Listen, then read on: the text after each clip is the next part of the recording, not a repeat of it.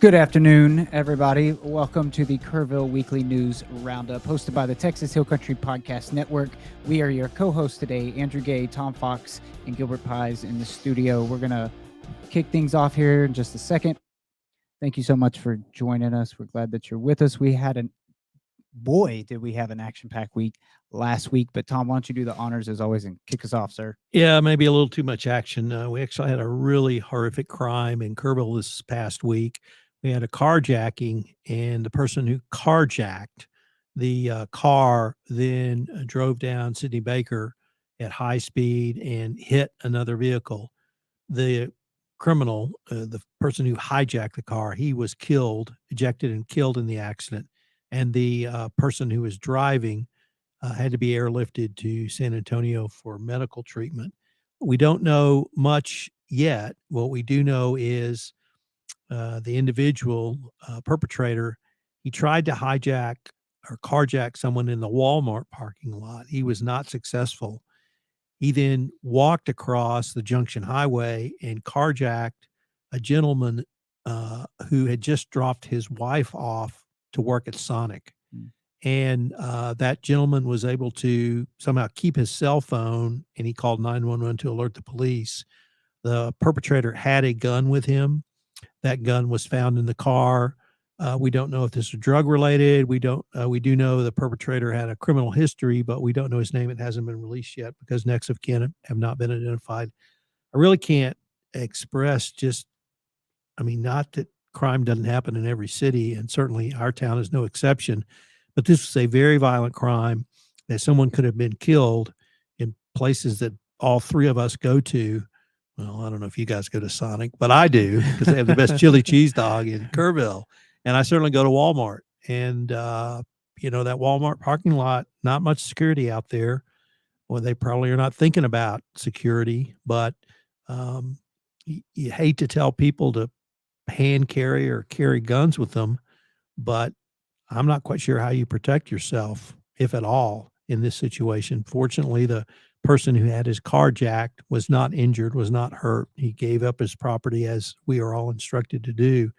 But very, very tragic set of events leading to the death of the perpetrator. The second story I'd like to talk about is Kerrville Independent School District has said no to hiring chaplains. The state of Texas, in its infinite wisdom, had passed a bill which allowed school districts to hire chaplains, and then said you have to vote on it by March. So pretty clearly sending a message, but they did allow school districts to make their individual decisions, and Kerrville has said no to chaplains. Thanks, Tom. Gilbert, what do you got for us today? Well, I've got two stories for this week that I think are rather important. The first one, of course, is the replacement of the Precinct 1 commissioner. If you hadn't been keeping track, the Precinct 1 commissioner, Harley Ballou, was removed from the court unwillingly because he apparently is a convicted felon. And in Texas, convicted felons are not allowed to hold elected office. And so during that whole process, he was removed, and the county judge had to appoint somebody to replace him. And he has selected the first woman to serve on the Kerr County Commissioner's Court, a lady by the name of Ann Overby. Miss Overby has been a assistant to several state representatives in this area for a few years, and so she's pretty well known. Her and her family have lived here for many years, and so the county judge stepped out and decided to name Miss Overby as the replacement. And of course, she will fill the remaining term of the Precinct 1 commissioner, the former Precinct 1 commissioner, and then it is anticipated that she will perhaps consider running for the open spot. But I'm sure there will be other people that will consider running for that spot too. So in the meantime, she gets to fill the place of the former commissioner and do her duty for the next couple of years until that the next election happens. Interestingly enough, I don't know if y'all heard, but the county judge was very emphatic about emphasizing the fact that he was going to appoint a woman to help diversity. One of his quotes in the newspaper was rather interesting. He says, "We're all a bunch of white guys, old white guys," and I thought that was funny that he emphasized that so heavily. It doesn't take a real genius to see that, yes, the other 4 people that serve on the commissioner's court are older, middle-aged white men, but it was funny that he emphasized that so much. I thought it was pretty silly, but, um, it's his right. He has the sole discretion to appoint somebody, and, well, he decided to appoint a woman. Not that that's good or bad or indifferent, it's just he decided that he was gonna do that, and so he did. And, we here's wishing the best to Miss Overby, and that she can fulfill the duties of the county commissioner. I'm sure she'll do a great job. The second story I have for us is sales tax revenue. You know, every time that you and me or any visitors to Kerrville purchase anything from a local merchant in the county, of course, or in the city of Kerrville proper, actually, the city then gets to collect that sales tax revenue and spend it on whatever it is that the city needs to spend the money on. And this past quarter, the comptroller's office, the state of Texas, gave the city $1,390,000. That's fantastic. Of course, you know that number can fluctuate very greatly, and I think the previous quarter, it was $1,320,000. So there's a slight bump, but it certainly is a lot better than what it used to be when, in the depths of COVID. Though that number, of course, will hopefully increase over time, and the city then uses that money to fund different projects throughout the city, whether it's roads, construction, payroll, any kind of things like that. So certainly, if you can and if you're able and willing, the more money you can spend locally in town, the more money that comes back to the city revenues, and maybe they can ease up on the property taxes. But those are my 2 stories for this week. Andrew? What a great segue. Mine's got a little property tax, info sprinkled in throughout, but main story I wanted to mention today was the allocation of a $5 million grant that's intended to help provide workforce housing to the Kerrville EIC. So that's the Kerrville Economic Improvement Corporation. Clear distinction from the Kerr Economic Development Corporation. Sometimes people get those mixed up, and I understand, if you're not around a lot of us that kind of float in some of those circles, it's easy to kind of get backwards on what's what. But the EIC is funded through, correct me if I'm wrong here, but city like taxes, right?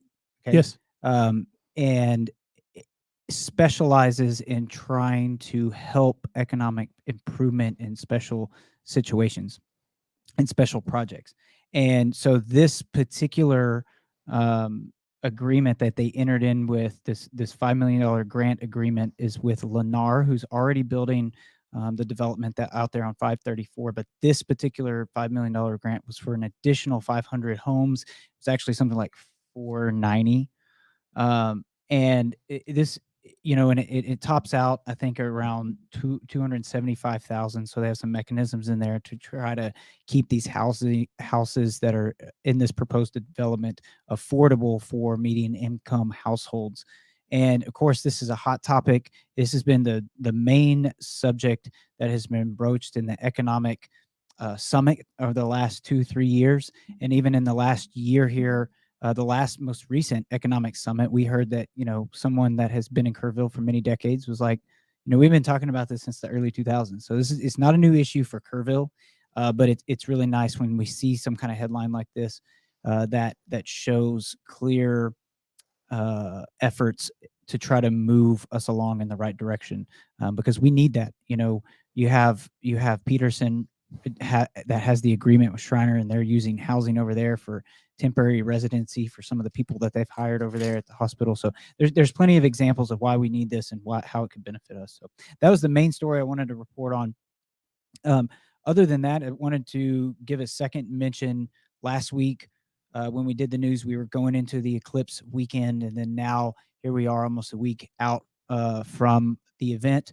And I just wanted to check in with you folks and see how you thought it went. I personally had a great time, thought it was wonderful, got to stay at my house with my wife and my sister-in-law and watch it. And it was great. It was a great experience. I love the little shadows that cropped up. I mean, it was just all around top 10 human experience. I did see a couple of things online, people that were posting things like hey, where were the 400,000 people that were supposed to come here? And then, it was very clear, like, obviously there's some misinformation out there, and people, I don't know if they were getting April's total eclipse mixed up with the annular one, but there was definitely some interesting comments online about some of that. So anyway, I had a great experience. I just want to check in with you guys. What was your take on that? My experience was pretty good. Unfortunately, that week I was really sick at home, so I didn't go anywhere, which was probably okay for me. But I had a great view of the eclipse from my back deck, and it was awesome. I had my eclipse glasses, and I could watch it. It was interesting. I've experienced an annular eclipse before many times, but I didn't remember the last one, and to see all the shadows, the way the eclipse made all the shadows, that really brought it back to me. I remembered, oh yeah, yeah, that's right, it changes that stuff up. It was pretty awesome. It was fun. Now I do think that even though we didn't have that many people for the annular eclipse, I think it's going to be a whole different story for the total solar eclipse in April. And I think it's kind of like when they evacuate the Gulf Coast for a hurricane, and the hurricane goes somewhere else. People get desensitized to the thing, and they think, it's not a big deal. It might be totally different in April. So I would suggest everybody don't think that April one's going to be like October. It's going to be a lot more crazy, I think. Yeah. Tom, how was yours? I had a great time. I'd never sat through one of these, so I was like a little kid. Yeah, My same. wife and I sat in the back deck. We, of course, had our glasses on. We watched the moon go across the sun. My wife rigged up glasses over our camera lenses, so I was able to take pictures and literally talk to people all over the world, posting pictures as the moon moved over the sun. The thing that struck me probably the most, though, was the drop in temperature Oh yeah. when the moon was fully in full annular, and the birds and animals were not anywhere to be seen or heard. It was as Yeah. quiet as it could be.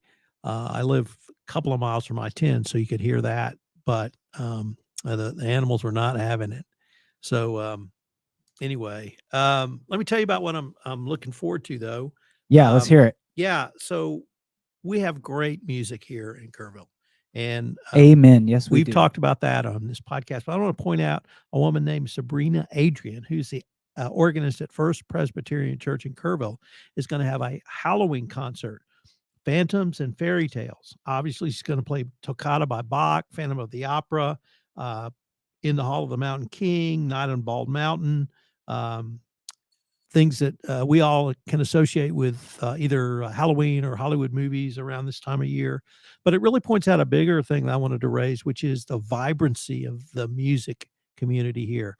On Friday before the eclipse, my wife and I went out to the Kerrville Folk Festival for their 3-day Welcome Home Festival. And we were in their small stage called the Threadgill Stage, as intimate an experience as you could ask for. 500 people, maybe, weather perfect, and just heard some great music. The first act we saw was, I think, the old angry guy, no, the old grumpy guys. And they were just great. So check out Phantoms and Fairy Tales next week at the First Pres Church. Is free. And also, for the last thing, the beloved governor of our state, Greg Abbott, former law partner of Tom Fox, has designated Kerrville, or announced Kerrville's been designated as the 50th music-friendly certified community in the state of Texas. And that speaks to the breadth and scope of the music scene here. Huge honor for our city. And it really, the music here just never stops, whether it's singer-songwriter, whether it's rock and roll, whether it's symphony, whether it's organ, classical organ music. Literally every night you can check out some pretty darn good music. So I'm going to do some of that at Phantoms and Fairy Tales. That's awesome. Yeah, and a lot of people don't know that the state of Texas, has the Texas Music Office, which is a distinct, different, like a division than the Texas Film. I guess the Texas Film Office. I'm not sure what the title is, but most other states have those two things combined. But we are one of the only states, if not the only state, that has a completely separate music only office. Gilbert, Interesting. what are you doing this weekend? You got any plans? I'm sure we'll come up with something, but I hope whatever it is that it's something I can stick close to home to. R&R, baby. That's what I'm talking Yes, about. yes. Yeah, I'm still trying to recover from my sickness last week. I'm almost there, but I'm not quite 100% yet. Well, my wife and I have like double booked stuff all weekend, so we are not. I want the R&R, but I don't think we're gonna get it. We have the Chamber Awards banquet, which is they're calling the Ghoul Gala, so it's a Halloween costume themed. That's happening tomorrow night. Right after that, we actually have to dip out of that a little bit early. We're going to see the Wilder Blue at the Arcadia. That's one of our favorite bands. We've seen them, I think, a handful of times, 5 or 6 times already in our area. So we're looking forward to that. And this is Friday night. And then Saturday, I'm headed out to the North Fork. I think we're going to do the North Fork, a piece of it, and do some fly fishing with my cousin. So I have a lot of hill country, pride built up for my weekend. Lots of events. Checking a lot of boxes. Don't even think about calling in on Monday. Yeah, right. Yeah, because if you're not going to come on Sunday, don't come on Monday. Yeah. Anyway, okay. Any final thoughts before we jump off? Go Astros. Go Stros. Go Stros. All right, guys. Thank you for tuning in. Don't forget, interact with us. Share our content. Helps other people find the show. We're here usually every Friday. Actually, next Friday we'll be out.